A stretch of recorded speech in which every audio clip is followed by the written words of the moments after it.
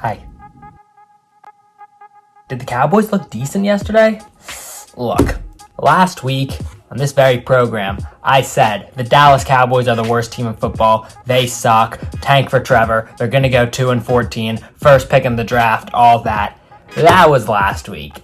I saw yesterday, and it's going to hurt me a lot in the future, but god damn it, I am back to believing on this team. I mean, did you see it out there? They kept it close with the best team in the NFL. There was a good portion of that game where I was like, god damn it, we're gonna do it. Their O is gonna go. The Dallas Cowboys are gonna beat the Pittsburgh Steelers. Now, did we lose? Yes, but I am so back to believing in this team. The defense, who was gashed by everybody early in the season, looked pretty good against Pittsburgh. The Giants gashed that defense. The Falcons gashed that defense. The Browns gashed that defense. The last 2 weeks, they've been making some plays, getting a little pressure on the quarterback, getting off the field on third down. That's what you need to win. They're back to doing it. And Gucci Danucci, I had a little faith in him going into the Philadelphia game. He sucked. But this Garrett Gilbert guy, he's not that bad. He's not that bad. He was making some throws, hitting some guys down the field. I mean, I saw some flashes of competency out of Garrett Gilbert. And he's got a lot of weapons, so competency is really all you can ask for with the guy. So could they win a few games with this guy? The schedule is very soft from here on out. I mean, it's been soft all season. Let's not be completely delusional, but we're 1.5 games out of first place. The NFC East is still shitty. I know we're 2-7, but look, you might need 6 games to win this division. 7, 8, definitely. We've got 2 wins right now left on the schedule. You got Washington, Cincinnati, Philadelphia, and New York. 3 of those are division games. You go 4-0 in that stretch. All of a sudden, you get yourself to 6 wins. Maybe you pull an upset or 2. I don't know. You get to 7, 8. All of a sudden, it's like, whoa, did the Dallas Cowboys just go 7-1 down the stretch? I thought they were terrible. Like, so did I. I don't know. Are they back? They could be back.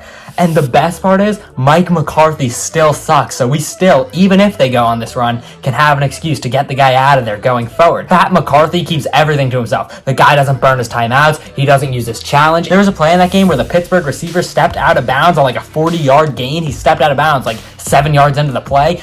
Pat McCarthy didn't challenge it. If he challenges that play, maybe we win the game. So he's still costing us games, but we're still looking decent. That is the middle ground you want to live in. So we could win the division maybe. McCarthy still gets fired. I mean, the yin and the yang is blending perfectly to what has been an overall shit show of a season so far. And ultimately, this belief that I have right now is very unhealthy. Because now, this week, they'll lose by 21 to Minnesota, and I'll come back here and be like, why? Why did I ever believe? I'm just setting myself up to be absolutely crushed by this team again. I'm just taking my heartbreak and saying, hey, I know I already experienced you. Let's just put you on the other side of next week so I can get depressed next week.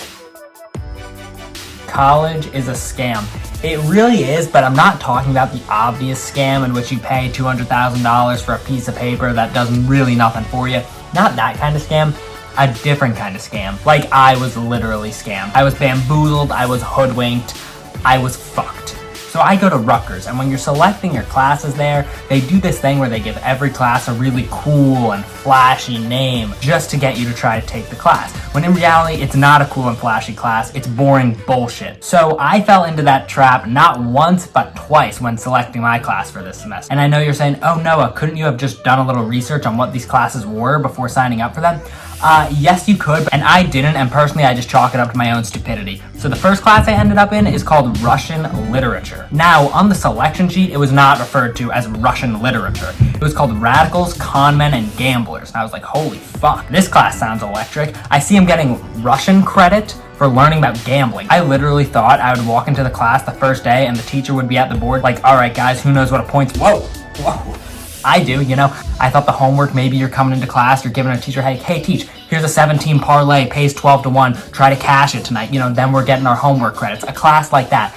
I really don't know why I expected that. Like, why would a class at a university encourage underage gambling? I really don't know, but I did think that was what the class was going to be, and I was very incorrect about that. Turns out what the class is actually a class on Russian literature, and I've been spending this past semester just kind of reading Russian soap operas and shit, and it has nothing to do with radicals, conmen, or gamblers, but I guess I got what I deserve. Class number 2 is an anthropology class, which I find myself to be enrolled in.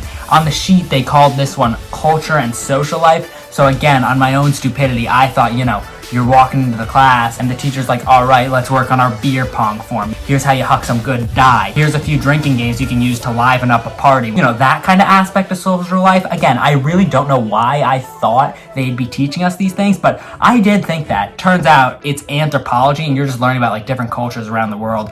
Like the last reading I did, I was learning about how oftentimes in Tibet, it's common for 3 sets of brothers to marry the same woman and then all take turns on her sexually. So really not the same as teaching you how to like dance to a hip hop song at a party, but it's like, I'm learning still.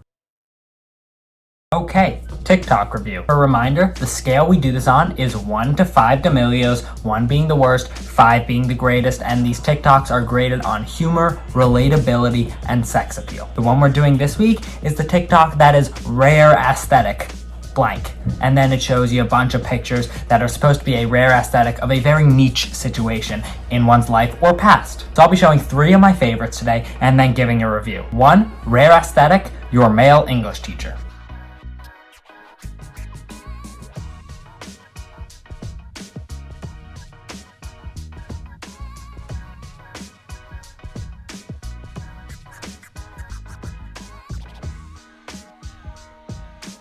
This one fucking nailed it. That was my senior year English teacher to a T. That motherfucker loved turtlenecks. He dressed like Steve Jobs every single day. Why do they all wear those? Like, they don't want to go too formal and go suit, but they also don't want to be too casual and go with the sweatshirt or the hoodie. So they're like, you know what? Sweater, button down underneath, that's the look. They all do that. Relatability, beautiful on this one. Also, the coffee mug, why do they need such a big fucking giant ass mug? They all have those giant fucking canteen things. Why don't just drink out of the cup? I don't know. They love those. That was perfect. Side note, my senior year English teacher was also my baseball coach, and that guy didn't give one shit about English. He gave no fucks. A lot of videos in that class. Not a lot of reading, not a lot of writing, but a lot of documentaries and videos. Next one, rare aesthetic, sleepover at grandma's.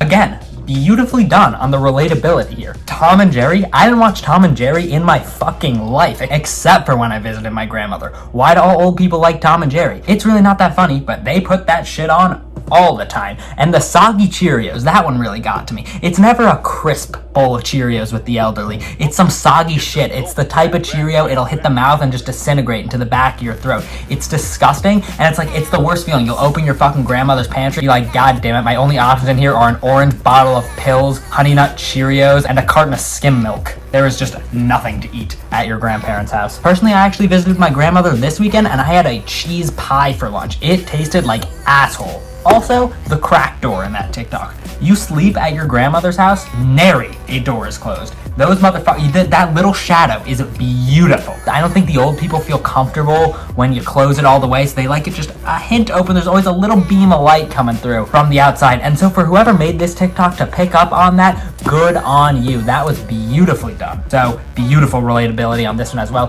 And then my personal favorite for the third one, rare aesthetic, divorced parents.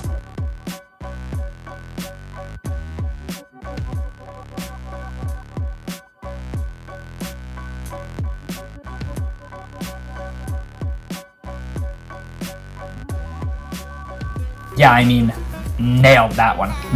Nailed it. There's the packing the bags. Yes, of course, we've all done it. You pack the stuff from the moms to go to the dads, but then you leave a few things at the dads. You're like, fuck, now I don't have this sweatshirt all week. It's a pain in the ass. But what really got to me was the text, moms or dads. I cannot tell you the amount of times I've received that text. Whenever somebody tries to make plans with me, I'll be like, hey, can you pick me up? They'll be like, yeah. You're always just sitting there, just like, when are they gonna say it? When are they gonna say it? When are they gonna say it? Then bang, moms or dads, and you're just like, yep, just another reminder. Your parents love each other more than mine. Overall, I give this one 3.5 D'Amelios out of 5.